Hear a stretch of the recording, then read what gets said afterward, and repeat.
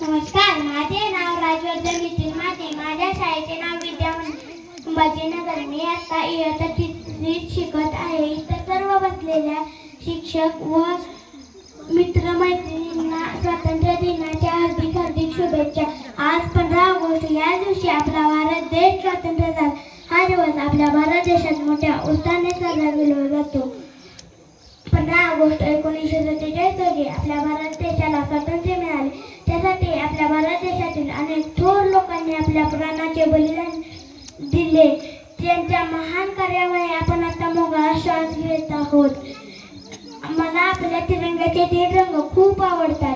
भगवा रंग, त्यागाचा रंग, पांढरा रंग, शांततेचा रंग आणि हिरवा रंग समृद्धीचा रंग